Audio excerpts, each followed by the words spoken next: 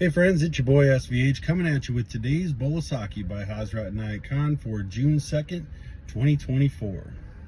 Words are but the shadows of thoughts and feelings. Words are but the shadows of thought and feelings. And I'm going to share a little commentary from Murshid on this before I make any comments here. I think it's a real relevant, his short commentary here. Although the elements may be called earth, water, fire, air, and ether, this must not be taken literally. Their nature and character, according to the mystics, are different. But as words are few, one cannot give other names to these elements, although in Sanskrit we have distinctive words for them. Ether is not ether in the scientific sense. It is capacity. Water is not water as we understand it in everyday language. It is liquidity. Fire is understood differently. It means glow or heat, dryness, radiance, all that is living. All of these words suggest something more than is ordinarily meant by them. Every activity of the outer world is a kind of reaction. In other words, a shadow of the activity which is behind it and which we do not see. And Murshid goes on to say, a world of idea is hidden in a word. A world of idea is hidden in a word. Think, therefore, how interesting life must become for the one who cannot see beyond every word that is spoken to him, its length, breadth, height, and depth. He is an engineer of the human mind. He does not know only what is spoken to him, but he knows what is meant by it. By knowing words, you do not know the language. What you know is the outside language. The inner language is known by knowing the language of ideas. So the language of ideas cannot be heard by the ears alone. The hearing of the heart must be open for it. So, initially what comes, words are but the shadows of thought and feelings.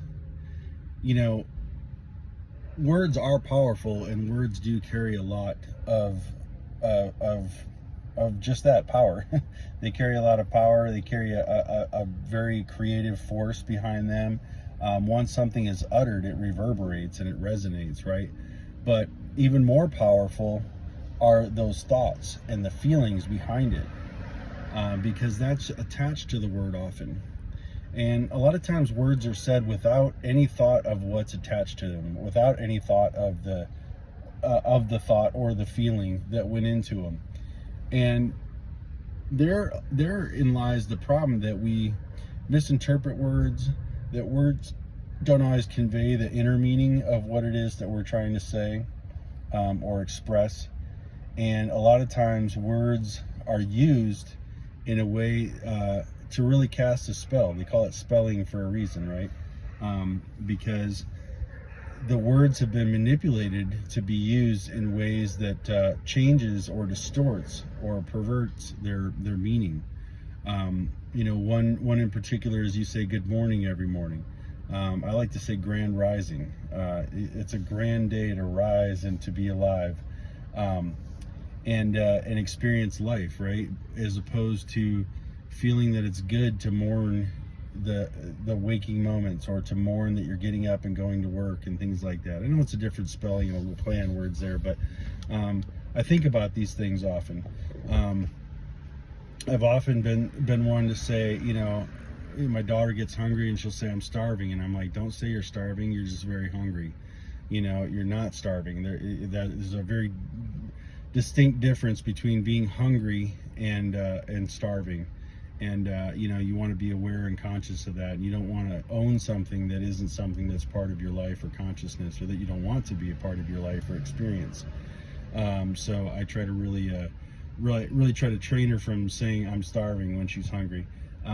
Things like that, you know. Just, it's important that we use our words correctly. Even saying I'm sick, or I can't do that today, I'm sick, or I don't feel well, or, you know, it's okay to say you don't feel well, But to claim that you're sick and to own the sickness, as in I can't because I have this sickness, is again claiming something, and you're not aware of the thought and feeling that's going into that word. So it's one thing to just say it, to express it to somebody. Hey boss, I can't come in, I'm sick today. That's one thing, but to claim it and to really own it, as in your thought and your feeling is I'm afflicted with this sickness, then it becomes something that has more of a hold on you. So just a couple thoughts that I had. I could really go in a lot of directions with this one today, but I wanted to really share Murshid's commentary and just a few small thoughts that I had that came along with it today. But words are very extremely powerful, but there's a thought and an emotion that comes behind it, or that precedes it, right? And when you that thought has power. That thought is a waveform that carries on with just as much power, if not more power, because it's the thought that generates the will or the desire to speak, to put it into words, and it's that feeling that goes into what the thought is, where the thought comes from, right? I feel frustrated today, so I'm thinking about how I might do something to express my frustration, and then you utter something of a negative vibe, and then that becomes the environment that you're in for the next several hours, right? So these are just important things to realize when you're going through your day, and when you're speaking, is remembering that there is great power behind the words. And think too about your thought and feeling that drove you to utter that word. And what are the thoughts that you're trying to express through that word? And is that the appropriate word?